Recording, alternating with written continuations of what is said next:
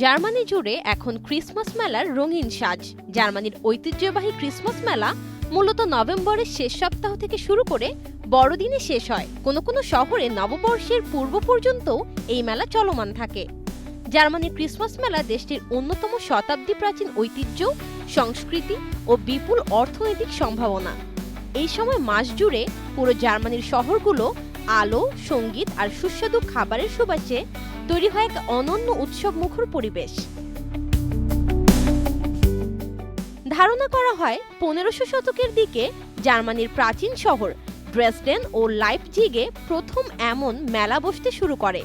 ধীরে ধীরে শীতের কঠিন সময়ে মানুষজনের কেনাকাটা, বিনোদন ও মিলন মেলার অন্যতম কেন্দ্র হয়ে ওঠে এই বাজারগুলো। পরবর্তীতে পুরো ইউরোপ জুড়ে এর জনপ্রিয়তা ছড়িয়ে পড়ে।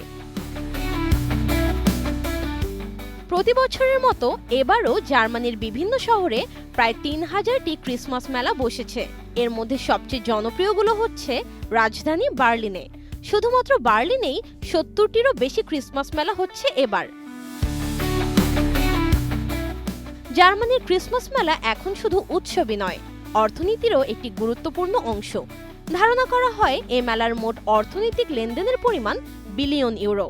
খাবার, পানীয়, হস্তশিল্প, উপহার সামগ্রী, সাজসজ্জা সহ নানান পণ্য বিক্রি হয় এসব মেলায়। বিভিন্ন সমীক্ষা অনুযায়ী প্রতি বছর এই বাজারগুলোতে কয়েক কোটি দর্শনার্থী ভিড় করে।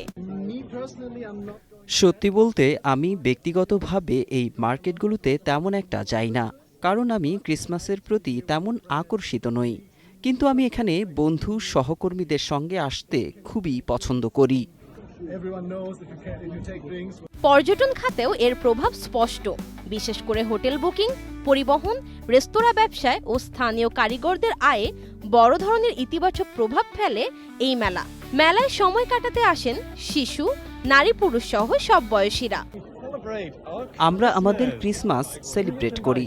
আপনি এখান থেকে খুব ভালো স্ন্যাক্স এবং ড্রিঙ্কস কিনতে পারবেন। কাজ শেষে লোকেরা এখানে আসেন উদযাপন করার জন্য। তারা শুধু পান করে, উপভোগ করে আর আনন্দ করে সময় কাটায়।